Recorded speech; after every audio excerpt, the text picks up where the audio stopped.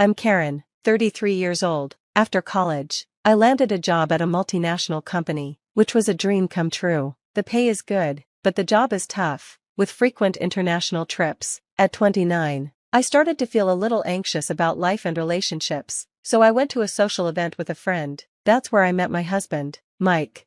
Mike is the same age as me. Unlike my job, his is a regular 9 to 5 and doesn't involve travel. Because of that, I earn more than him. After dating for a year and starting to talk about marriage, Mike seemed worried. He asked me, "Can I really make you happy with the way things are?"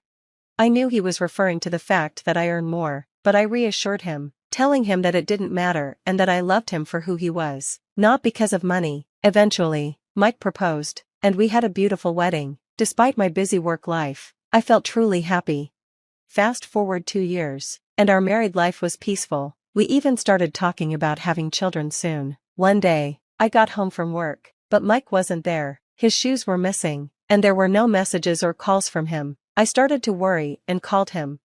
Mike answered and explained that he was working overtime because he'd been given a big project at work, which could lead to a promotion. He apologized for not letting me know earlier and mentioned that he'd likely be working late more often. I was happy for him, even though he hadn't mentioned working overtime before. Mike had always been a little insecure about earning less than me, so I thought a promotion might give him more confidence. I didn't mind his current salary, but with children in our future, more income would definitely help. Since that call, Mike started coming home late and even worked on his days off. Our time together began to decrease. When I came home from work, Mike wasn't there. Even on his rare days off, he still wasn't home. The loneliness was harder than I had expected. I wished he could come home early, and that we could spend a relaxing day together once in a while, but I didn't want to be a burden on him, especially when his promotion was at stake. So, I decided not to confront him about how I felt. Instead, I focused more on my own work to distract myself. I had an overseas business trip coming up, so I thought, I'll just work as hard as he does. Even if I came home early, he wouldn't be there anyway. As a result, I started working overtime more often too, but the longer we spent apart, the more my heart felt heavy. I couldn't bear it anymore, knowing that it might be hard for him. I decided to share my feelings with him. When Mike came home one evening, I greeted him. "Welcome home, Mike. I have something I want to talk about." "Talk? Does it have to be today? I'm really tired," he replied, which caught me off guard. I hesitated for a moment but then continued, "I'm sorry, but it's something important." He sighed. "If you have something to say, say it quickly. I need to sleep early for work tomorrow." "Tomorrow is Saturday. Are you working on your day off again? Sometimes you should take it easy at home," I suggested gently. Suddenly, Mike snapped, "Enough already, you're nagging. I'm busy, don't you get it? Is it fun for you to bother me?" I was shocked. "That's not what I meant," I said quietly. "Please stop bothering me. Don't you realize how important this time is for me?" he shouted, his face angrier than I had ever seen. "I'm sorry," I whispered, feeling hurt and scared by his reaction. Mike just said he was going to bed and left the room, leaving me alone, trembling with fear.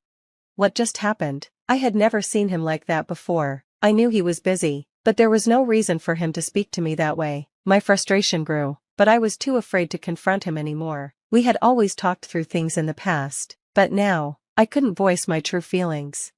With my overseas trip approaching and my workload increasing, I tried to push these thoughts aside. One night, I ended up staying late at work again, and I rushed to the train station to catch the last train home.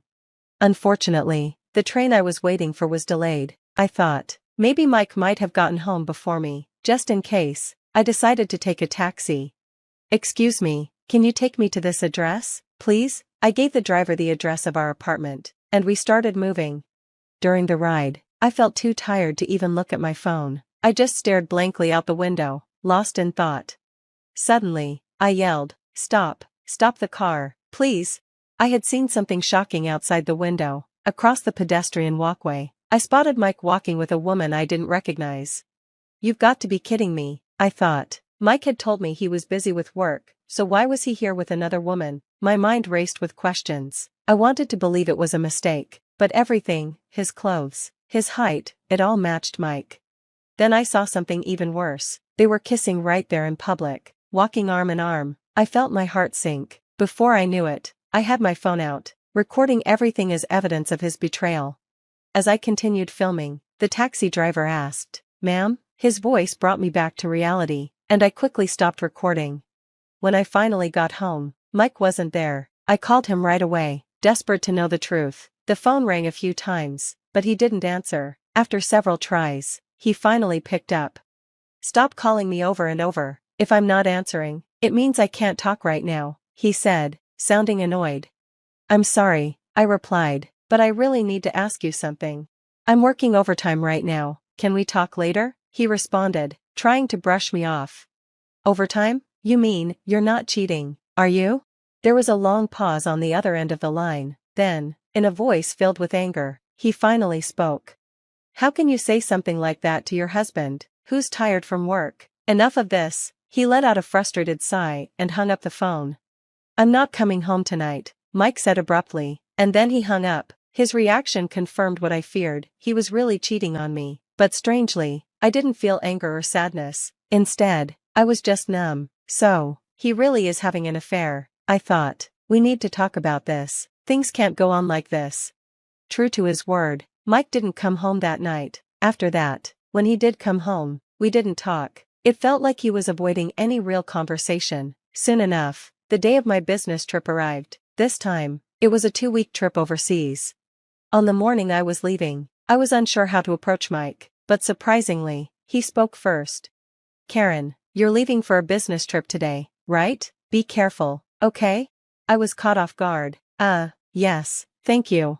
He continued, 2 weeks is a long time. You go on these trips often, but I still can't get used to it. It feels lonely. Lonely? Does he really feel that way? I wondered.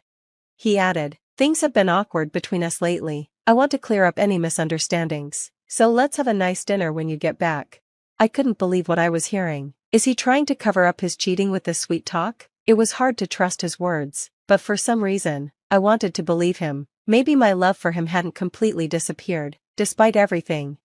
His smile, which I hadn't seen in so long, made me question everything. Did I imagine what I saw the other day? I told him, let's have a proper talk when I get back, and then I left for my trip. My business finished earlier than expected, so I decided to return home early, hoping to surprise Mike. Instead of telling him, I thought I'd cook dinner and wait for him. That was the plan. I arrived back in New York around 11 a.m., and reached home around 1 p.m. It had been about a week since I last saw the apartment, but as soon as I opened the door, my body froze. What is that? I saw a pair of light pink pumps at the entrance, definitely not mine. My heart started racing. Then, I heard voices from the living room, Mike's voice, and a woman's voice. I tiptoed down the hallway and peeked into the living room. There they were, Mike and the woman I had seen him with before. They were both sitting around, drinking, dressed in their underwear. My heart sank. With a sweet voice, the woman said, Hey Mike, are you sure it's okay to invite me over? What if your wife finds out? Mike responded casually, Nah, it's fine. She's on a business trip overseas until the day after tomorrow. Really? That's perfect timing. It's my birthday, and your wife isn't even home. She laughed. Exactly, Mike replied. Thanks to this, I can spend time at home with you. Linda, you're staying over tonight, right? Mike asked, sounding relaxed. Oh, Mike, I love you. Thank you for the present. Linda, his mistress, replied. So, the woman's name was Linda. They were hugging each other, clearly drunk. This must be a joke, I thought. Just because I earned more money, how could he do this to me? And in the apartment that I rented in my name? I felt sick to my stomach, but I pulled out my phone and recorded the whole thing as evidence. When they settled down, I quietly left the apartment, tiptoeing to avoid being noticed. As I walked out, sweat poured down my face, and my heart pounded. Despite everything I had just seen, part of me still didn't want to believe it. I kept hoping it was all a lie, but the image of them together was burned into my mind. I couldn't stay married to him anymore. I had to take action. I dialed Mike's number and waited for him to answer. He casually picked up, saying, Hello? I tried to sound urgent. Hey, where are you right now? Huh? I'm at work. Of course. What time do you think it is? He replied, clearly trying to sound convincing. Yeah, I guess so, I said, but it seems like someone is at home right now. His voice wavered as he stammered, what? My trip ended early, and I came back home. When I got to the front door, I heard someone talking inside, I said, weaving a little deception to see how he'd react. Wait, You're standing outside the apartment right now? Mike asked nervously. Yes, I am, Mike. What should I do? Should I go inside and check? I hoped his response would lead to a proper discussion where we could resolve things, but my expectations were shattered when he suddenly shouted, "Could it be a burglar? Get out of there now. Leave immediately." In that moment, any love I had left for him disappeared. Rather than admit his affair or apologize, he chose to lie and continue hiding it, pathetically. "For now, just get somewhere safe," he insisted, and then hung up abruptly. I called the police next. "Hello, is this the police? I think there's a burglar in my house. I can hear unfamiliar voices inside," I said. 2 police officers arrived a few minutes later. I explained the situation to them, and we went up to the apartment together. One of the officers rang the doorbell. When the door opened, Mike stood there with wide eyes. "Why are the police here?" he asked, sounding confused. "Are you the resident of this house?" one of the officers asked. "Yes, I am," Mike replied. "We received a report from your wife that there might be a burglar inside," the officer explained. Mike, clearly nervous, stammered, "A burglar? No, there's no one here."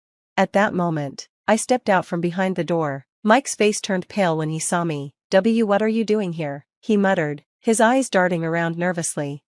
I apologized to the officers, saying it must have been a mistake, and they left. Inside, I glanced around the apartment, knowing the truth. I didn't see any sign of Mike's mistress. He must have rushed her out when I called earlier. Did he really think I didn't know about the affair? Boldly, he accused me. "Why did you call the police? That's so troublesome."